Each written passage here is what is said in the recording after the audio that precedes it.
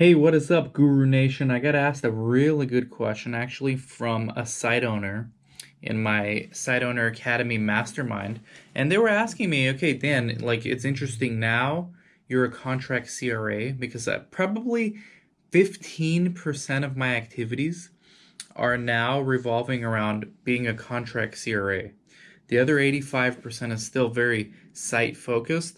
Actually, probably less than 85% site focused now because I own this small startup CRO and we do have a project there. So I'm technically monitoring there as well. So the real ratio might actually skew more 75-25. So point is, I used to be 100% site activities. In the last 3-4 years, I've been dabbling into contract CRA work. And this site owner actually asked me a really good question. This is someone who's never been a CRA, but deals with CRAs on a daily, weekly basis, most likely.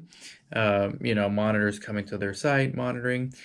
They asked me what I would do differently now, being a site owner, having been a CRA previously. So knowing what the CRA thinks, what would I do differently as a site owner? And the answer is I would probably be more relaxed because at the end of the day, if I learned anything being on the other side, the monitoring side, it's that monitors are not out there to get you. Yes, there's a small minority of them who really have serious personality issues and psychological issues, not just personality, and are looking for things to harm the site with, right? Like they're looking to have findings. And for some reason these people think that the more findings they get, the better of a job they're doing, or who knows why they're acting the way they are, but that's just how they are. But that's the minority of them, okay?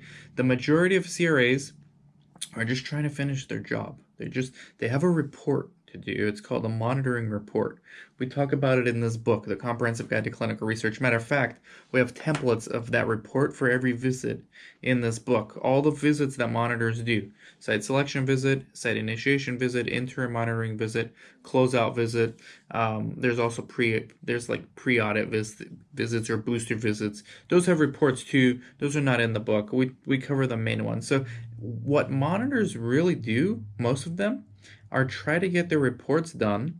They actually don't want findings. They prefer not to have major deviations. They prefer you don't have major protocol deviations. They prefer you don't have a ton of queries that you need to answer because that makes their report lengthier, right? So I being a site owner now, if I were to start over with my mentality now, I would relax because early on in my career, up until just recently, actually, just a few years ago, since I've started getting into the monitoring, I was very not cold with CRAs because there were some that you get a rapport with over the years that they start working with you. Some of them work with you as the site for years, but I definitely would be more.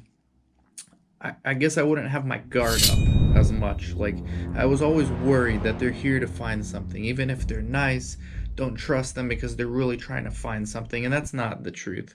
Couldn't be further from the truth. They're trying to complete their report.